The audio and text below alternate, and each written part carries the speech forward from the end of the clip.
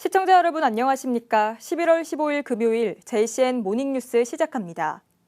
경찰이 국내 최대 규모의 도박 사이트를 운영한 일당 50명을 붙잡아 이 중 13명을 구속했습니다.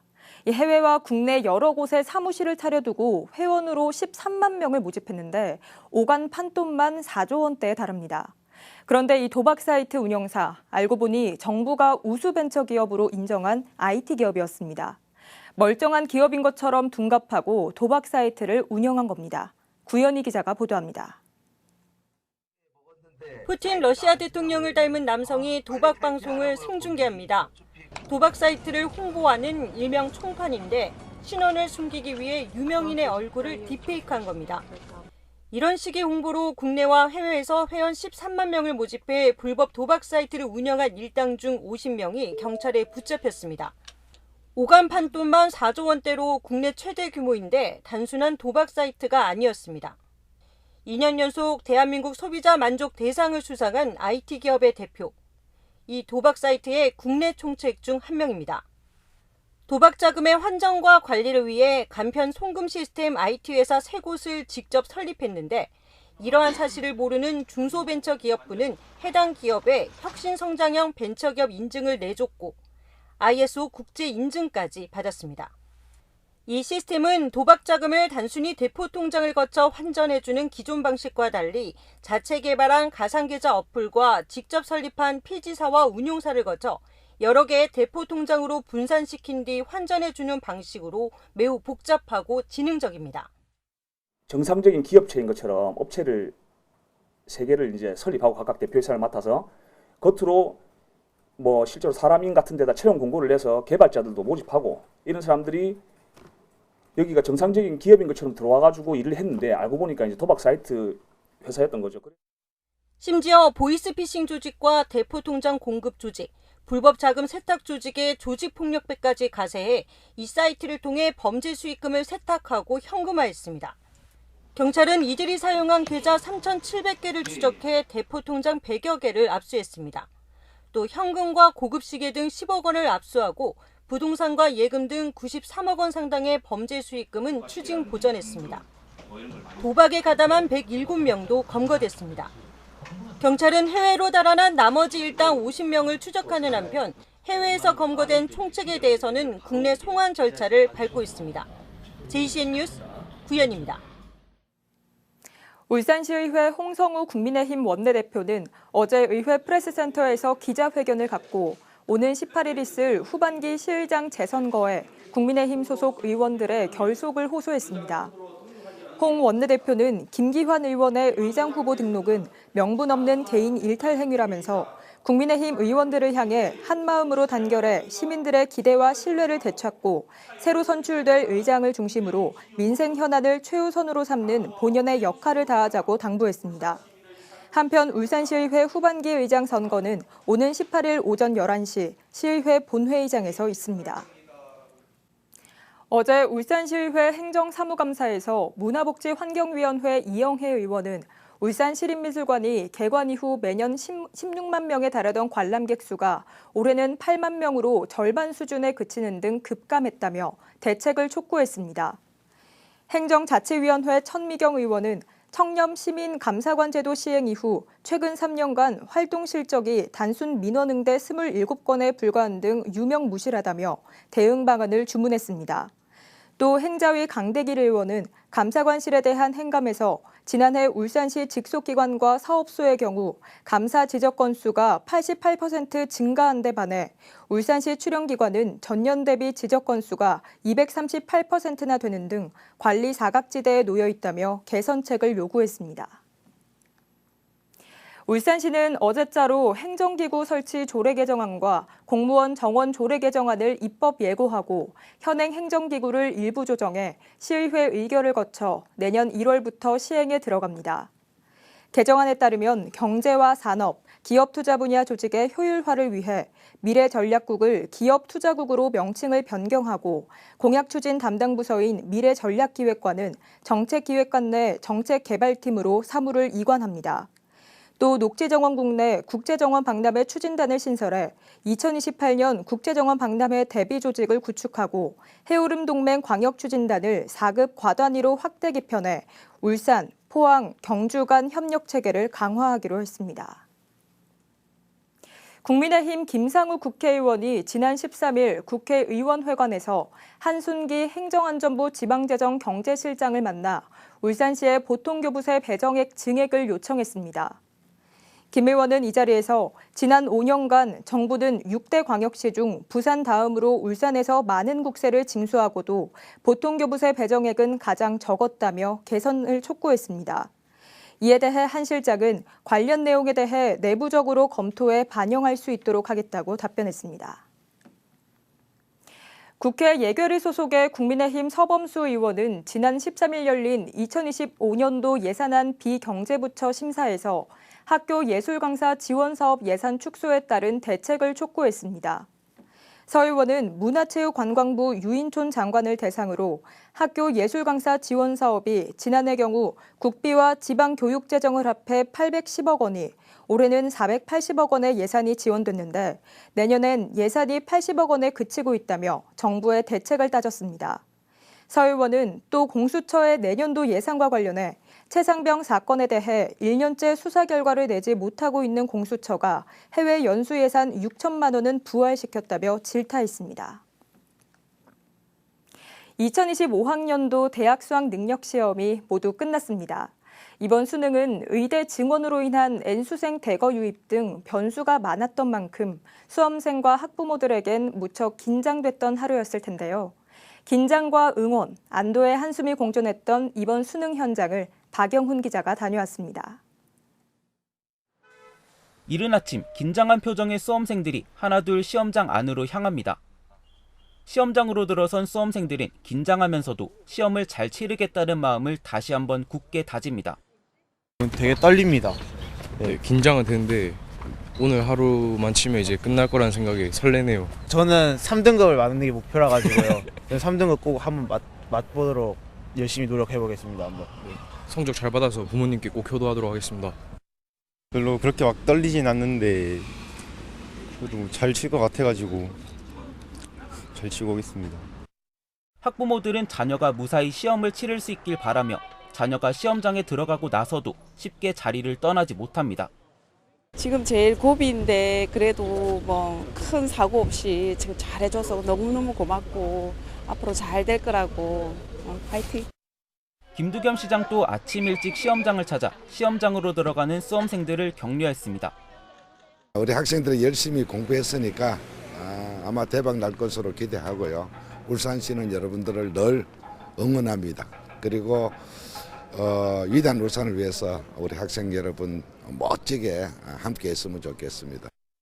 천창수 교육감 역시 시험장을 방문해 시험장 앞에서 수험생 한 명 한 명에게 응원의 말을 전했습니다. 자기 실력을 충분히 발휘했을 걸로 생각합니다. 수능 이후에도 우리 교육청에서는 우리 학생들이 자기 개발에 필요한 프로그램을 많이 개설해서 함께 그걸 배우고 사회생활에 필요한 많은 것들을 준비해서 잘 지원하도록 하겠습니다. 입실 시간인 8시 10분이 지나자 교문이 닫히고 본격적인 시험 일정이 시작됩니다.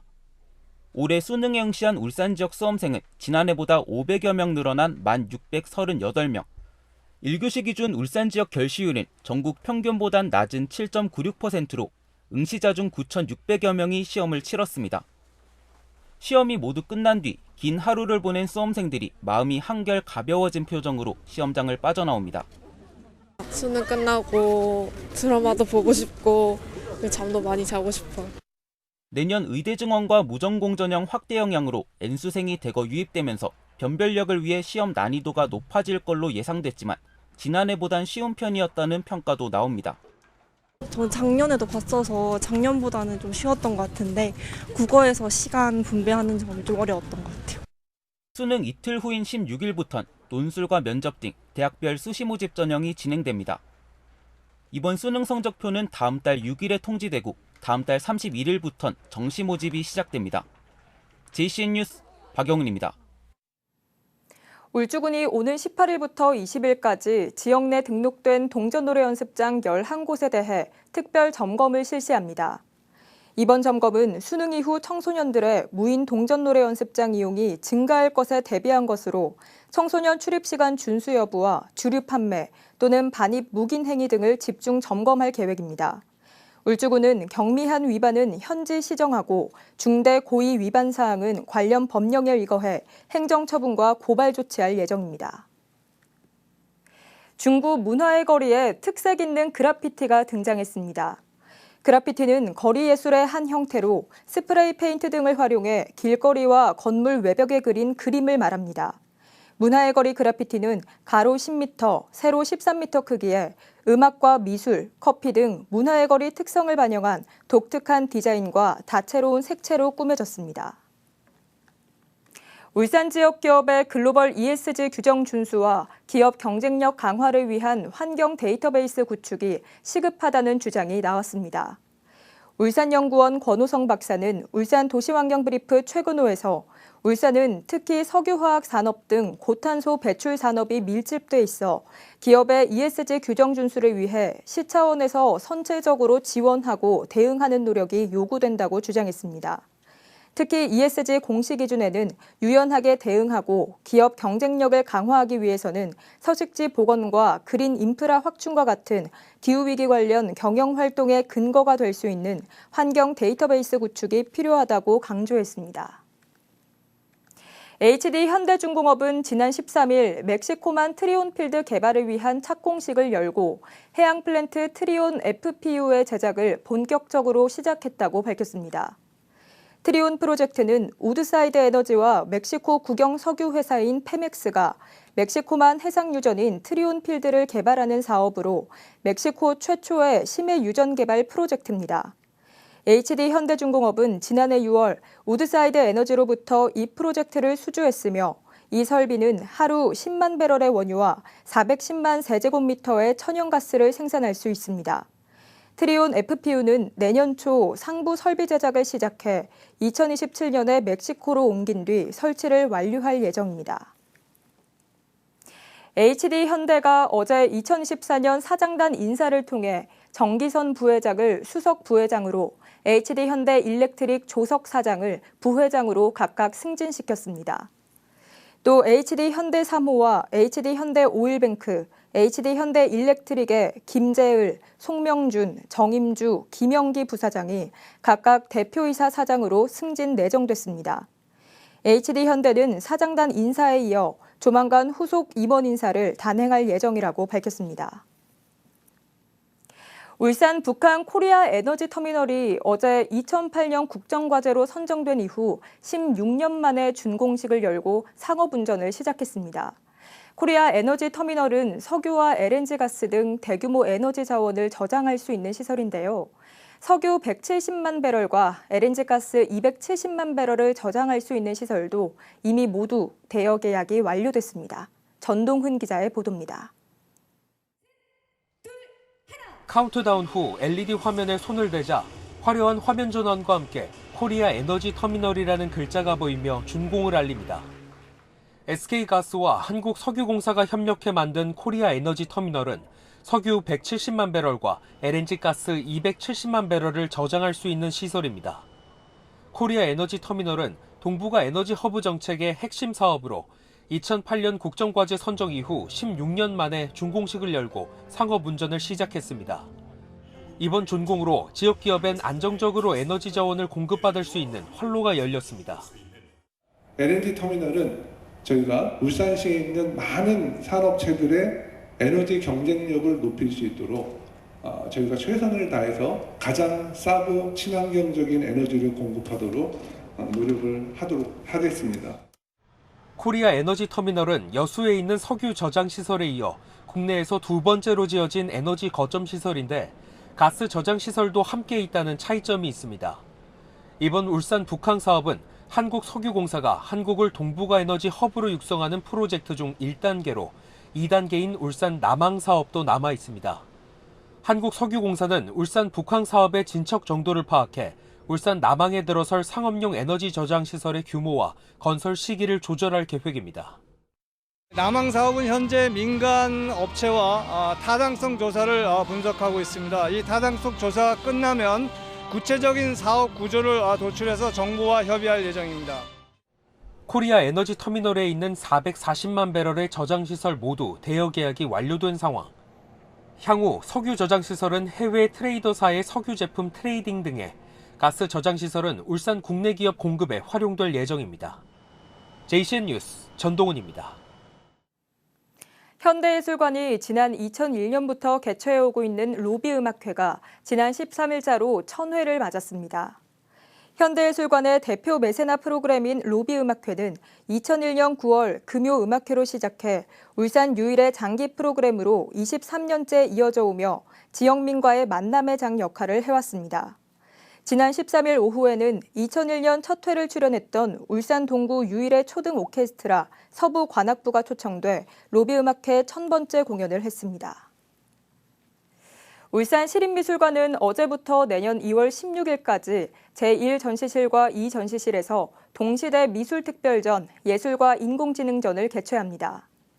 이번 특별전에는 7개국 17팀의 작가가 참여해 인공지능과 관련된 40여 점의 회화와 조각, 설치, 영상작품 등 현대미술 작품을 소개하고 기술과 예술의 상호 발전과 예술 창작의 본질에 대해 살펴봅니다. 특별전에는 디지털 아트의 선구자인 백남준의 작품을 비롯해 전통 조각과 로보틱스를 결합한 작품의 노진아 작가, 2023년 타임즈가 인공지능 분야 100인으로 선정한 홀리 헌던과 매트라이 허스트 등의 작품을 선보입니다. 울산 문화관광재단 담당으로 있는 김성희 씨가 지난 13일 서울 코엑스에서 열린 2024 대한민국 문화예술교육축제 기념행사에서 한국문화예술교육진흥원장상을 수상했습니다. 김성희 담당은 2011년 울산 문화예술교육지원센터 개관부터 현재까지 10년 이상 문화예술교육 관련 업무에 종사하면서 울산 지역 문화예술교육 발전에 이바지한 공로를 인정받았습니다.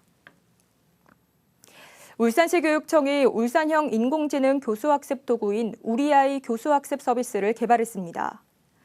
우리아이 교수학습 서비스는 학생 개인 맞춤형 학습을 위한 서비스로 지난해 10월부터 1억여 원을 들여 개발을 시작해 정부 심사 등을 거쳐 어제 개발이 완료됐습니다. 전국에서 처음으로 교사가 직접 참여해 개발한 이 서비스는 다양한 교과 과목에 101종의 질문이 있는 수업 모형으로 구성돼 교사의 수업 설계를 돕는 데도 활용될 걸로 기대되고 있습니다. 울주군이 저출생 극복을 위해 선정한 제1기 울주키움 서포터즈가 어제 발대식을 갖고 정식 출범했습니다. 모두 89명으로 구성된 제1기 울주키움 서포터즈는 이번 달부터 오는 2026년 10월까지 2년간 울주군의 임신, 출산, 육아정책 홍보와 정책 제안 등의 활동을 하게 됩니다. 한편 울주군은 어제 열린 발대식에서 울산과학대와 춘해보건대, 세울원자력본부와 울주군 자원봉사센터와 함께 업무 협약을 맺고 저출생 극복 정책 개발과 울주키움 서포터즈 활동 지원 등에 함께 협력하기로 했습니다. JCN 모닝뉴스를 마칩니다. 함께해 주신 여러분 고맙습니다.